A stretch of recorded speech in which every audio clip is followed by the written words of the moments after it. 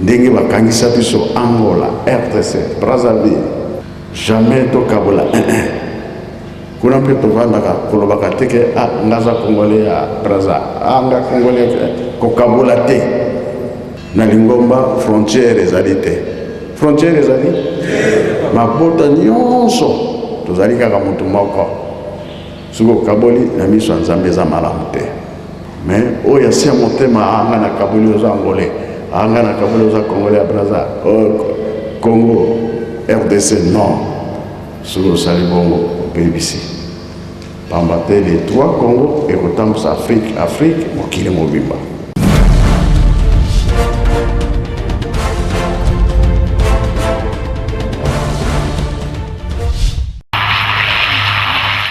Attaché à la paix, la sécurité, la cohésion nationale et le processus électoral, le président de la République Joseph Kabila Kabange retourne à l'est de la République démocratique du Congo, plus proche de ses compatriotes. Il est arrivé à Béni mercredi 3 août 2016 dans le courant de l'après-midi en provenance de Kinshasa via Goma. C'est le gouverneur du Nord Kivu, Julien Paluku, des officiels tant nationaux que provinciaux, toute la notabilité et les forces vives qui l'ont accueilli à l'aéroport Béni-Mavivi. La majorité présidentielle l'a marqué de son empreinte cette visite officielle du chef de l'État dans le Grand Nord par la présence remarquable de membres de cette plateforme chantant et arborant les drapeaux bariolés de leur parti politique comme à l'accoutumée. Salutations aux hauts cadres et forces vives présents.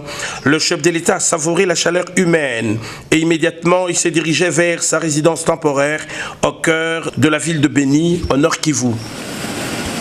Retenons que ce mercredi matin, au départ de Kinshasa, à l'aéroport international de Njili, le président de la République, Joseph Kabila Kabange, a réservé une surprise au personnel navigant de Congo Airways et à ses passagers à bord de l'avion. Au lieu de prendre l'avion présidentiel, le père de la nation s'est envolé à bord de cet avion commercial de Congo Airways à destination de Goma, chef-lieu du Nord Kivu, via Kisangani.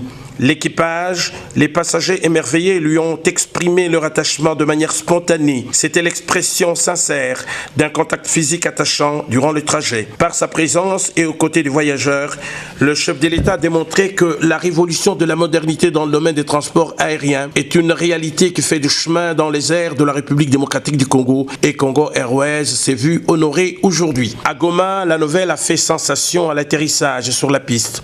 Tout le monde cherchait à vivre cet événement que les reporters présents ont couvert sans nul doute. Au pied de l'avion, les vice-gouverneurs de province, Peller Lutaïchirwa, le vice-président de l'Assemblée provinciale et une brochette de cadres ont accueilli le chef de l'État qui a fait escale.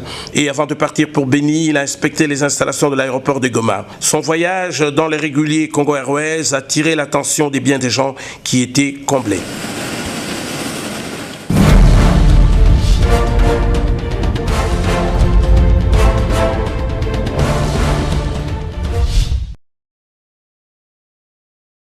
Après le programme de réhabilitation des infrastructures scolaires et celui d'équipement de structures sanitaires, le programme des stades municipaux prend de plus en plus corps. Ce jour, la jeunesse de Delvaux, dans la commune de Ngaliema, vient d'être pourvue des infrastructures sportives dignes qui lui permettra de s'épanouir intégralement. L'exécutif congolais attache une importance à ceux qui contribuent au progrès national. Et comme son chef s'inscrit lui-même dans ce registre, il a décidé d'honorer à travers ses différents stades ses dignes fils qui ont hissé haut l'étendard national.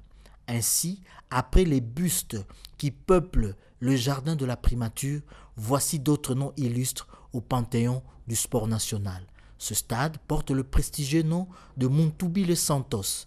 L'ancien capitaine des Léopards et sociétaire de Saarbrücken en Allemagne et à l'Olympique de Marseille en France, s'est dit ému de cette signe de reconnaissance. Dès mon vivant, on m'a reconnu en tant qu'icône de ce pays, à immortaliser ce stade. C'est vraiment une très bonne chose. Je remercie d'abord l'initiateur, à la personne du chef de l'État, parce que c'est lui qui avait initié de construire des stades municipaux partout au Congo. Un match de gala a réuni deux équipes de cadets de Delvaux, témoins de l'événement des vieilles gloires de football des années 68 et 74, les mondialistes. Matata Ponyo Mapon revient sur l'implication personnelle du chef de l'État dans la réalisation de ces chefs-d'œuvre avant d'inviter les bénéficiaires à garder ce joyau. Il s'agit là de la matérialisation d'un des grands objectifs du projet du chef de l'État. Comme vous le savez, le président de la République est très attaché au progrès de la jeunesse, qui constitue le fer de lance du développement de notre pays.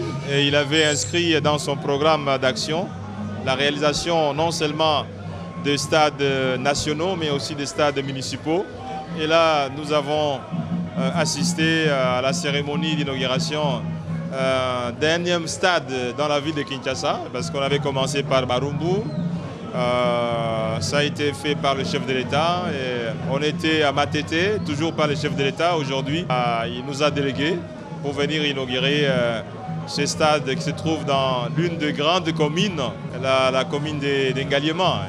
Ces jeunes de Delvaux, qui n'avaient plus un seul centimètre carré d'espace vert et qui jouaient dans des stades peu commodes, s'en réjouissent. Je remercie d'abord le président de la République pour ces très chers bijoux qu'il nous a offerts sur la commune d'Engaliema.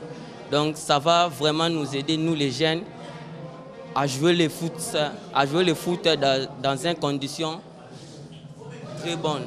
En lançant les activités dans ce stade, Matata Ponyo Mapon a fait une passe à la jeunesse, un peu pour leur dire « Vous n'avez plus droit à l'erreur. Épanouissez-vous avec un esprit sain dans un corps sain. »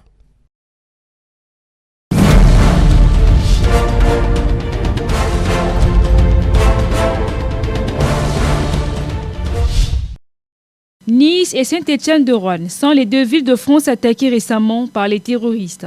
Un acte inhumain que condamne avec dernière énergie Simon Kimba Onkiangani en tant que chef spirituel d'une église, mais aussi et surtout au regard des bonnes relations qui existent entre la France et son église.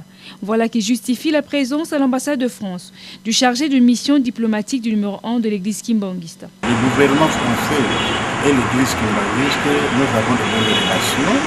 C'est pour cela que les chefs spirituels à travers tous les kimbanguistes du monde entier, sa divinité, Papa Simon Kimba Onkiangani, m'a envoyé de venir déposer la lettre de condoléances au chef de l'État français à travers l'ambassade. Ravi de ce geste, le premier conseiller de l'ambassade de France au RDC, M. Jean-Charles Allard, signale que l'église kimbanguiste en France prie et milite pour la paix, la bénédiction pour un meilleur avenir du peuple français. Nous connaissons bien l'église kimbanguiste. Notre ambassadeur est allé rendre visite comme chef spirituel. Et nous sommes très reconnaissants de la marque d'amitié à l'égard du peuple français que représente le message du chef spirituel qui sera bien entendu transmis à Paris au président de la République. C'est avec consternation que le monde entier a suivi la brutalité et la sauvagerie avec lesquelles ces massacres aveugles ont été perpétrés à l'endroit d'une population française innocente. L'église kimbanguiste, dans sa doctrine, désapprouve tous ces actes de barbarie.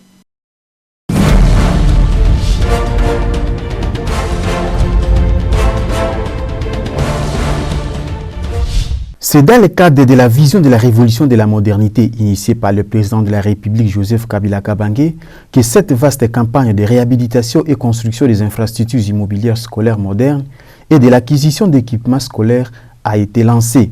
C'est dans ce contexte que le ministre de l'Enseignement technique et professionnel, Nembamba, a signé un accord de partenariat avec le complexe scolaire Luvungi de la province du Sud Kivu afin de former la jeunesse pour qu'elles puissent se prendre en charge et développer leur province.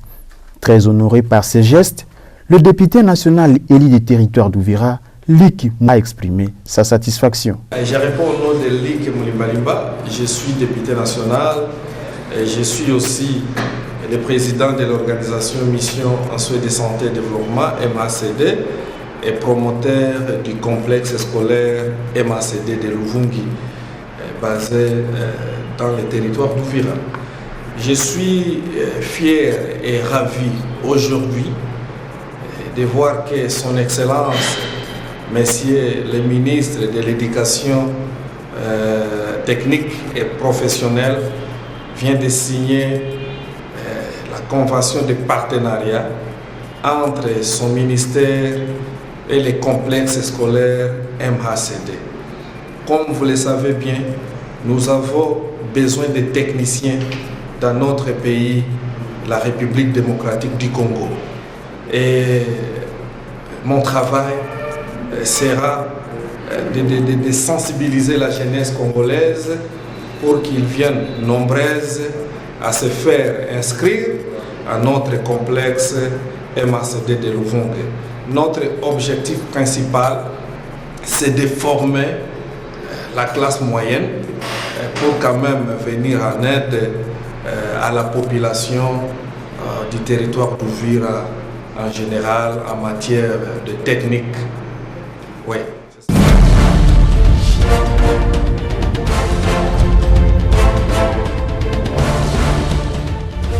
Dans le cadre du congé de réconciliation pour les membres du gouvernement congolais, le ministre des Affaires foncières, Maître Gustave Bolokonkeli, s'est rendu dans son fief, province de l'Équateur, du 27 au 30 juillet 2016. Arrivé à l'aéroport de Bandaka le 27 juillet 2016, le secrétaire général de l'Union congolaise pour le progrès, UCP en sigle, et bien d'autres personnes faisant partie de sa délégation. Un accueil chaleureux lui a été réservé par les membres de son parti politique composé des Tolekistes, Taximoto et bien d'autres. Gustave Boloko s'est rendu chez le gouverneur de la province de l'Équateur pour présenter ses civilités. Leurs échanges étaient basés sur la situation générale de l'Équateur, sur le plan politique, économique et socio-culturel. Ils ont également insisté sur la tenue du dialogue convoqué par le président de la République, chef de l'État Joseph Kabila Kabange. Avant de quitter Bandaka, le patron des affaires foncières s'est rendu au siège de son parti UCP. Une foule de militants l'attendait avec impatience.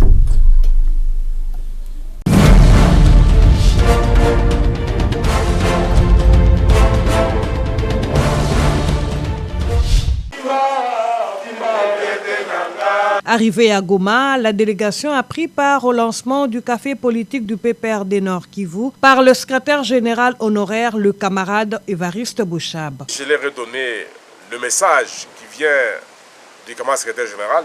Il faut résister contre l'intoxication, contre tous les pécheurs à nos troubles qui prêchent le déluge.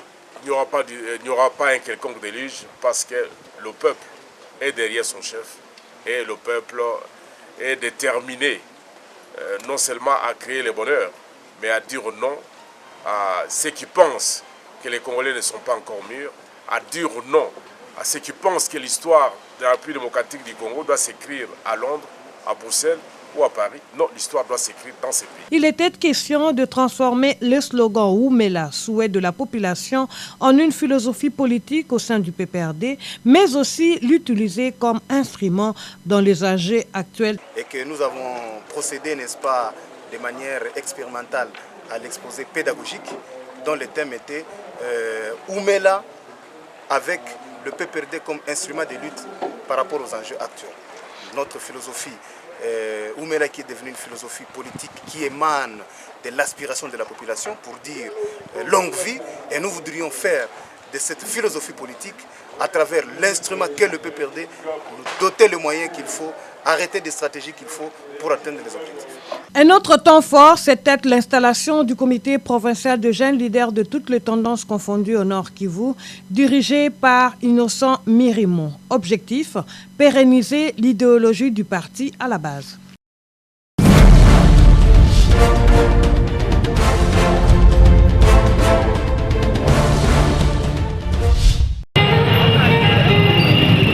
Au Nord Kivu, dans le territoire de Béni. Jeudi 4 août 2016, la majorité présidentielle a mis une touche particulière à l'accueil du président de la République Joseph Kabila Kabange à la cité frontière de Kassindi, qui jouxte l'Ouganda, agglomération située à 80 km de Béni. C'était une ambiance festive aux allures de festivités nationales comme toujours. Personnalités tirées à quatre épingles, hommes, femmes, jeunes et vieux étaient bien en fête sous l'œil des chasseurs d'images venus de partout. Accueillis par l'administrateur du territoire, Amissi Kalonda, plusieurs officiels, le chef de l'État a pris un bain de foule. foule. Cette foule immense l'a ovationné durant plusieurs heures et de l'autre côté de la République démocratique du Congo, elle a posé le regard sur la cérémonie d'accueil. C'est dans cette atmosphère que son homologue Yoweri Kaguta Museveni l'a reçu à Pondwe dans le cadre des échanges sur les questions sécuritaires et de développement interrégional. À son retour sur Kasindi au crépuscule, des milliers d'habitants qui l'attendaient toute la journée. Dans la foulée, le président de la République s'est adressé à eux sur le champ. Il a remercié l'assistance pour l'accueil chaleureux. L'orateur a mis l'accent sur le projet d'asphaltage du tronçon Kasindi-Beni, l'électrification de toutes les agglomérations, l'enrôlement de l'électorat et la participation surtout de la jeunesse au processus électoral. Tutaleta moto Kasindi. Lakini hatutaki tu moto ishie Kasindi, tunataka moto ifike Beni, Butembo na ifike na Bunia. Lazima wakati tunaanza maoperasyon ya enrollement Nord Kivu mutoke kwa wingi kwenda kufanya hiyo enrollement, na kila mtu hasa vijana, kila mtu akuwe na karte yake d'électeur.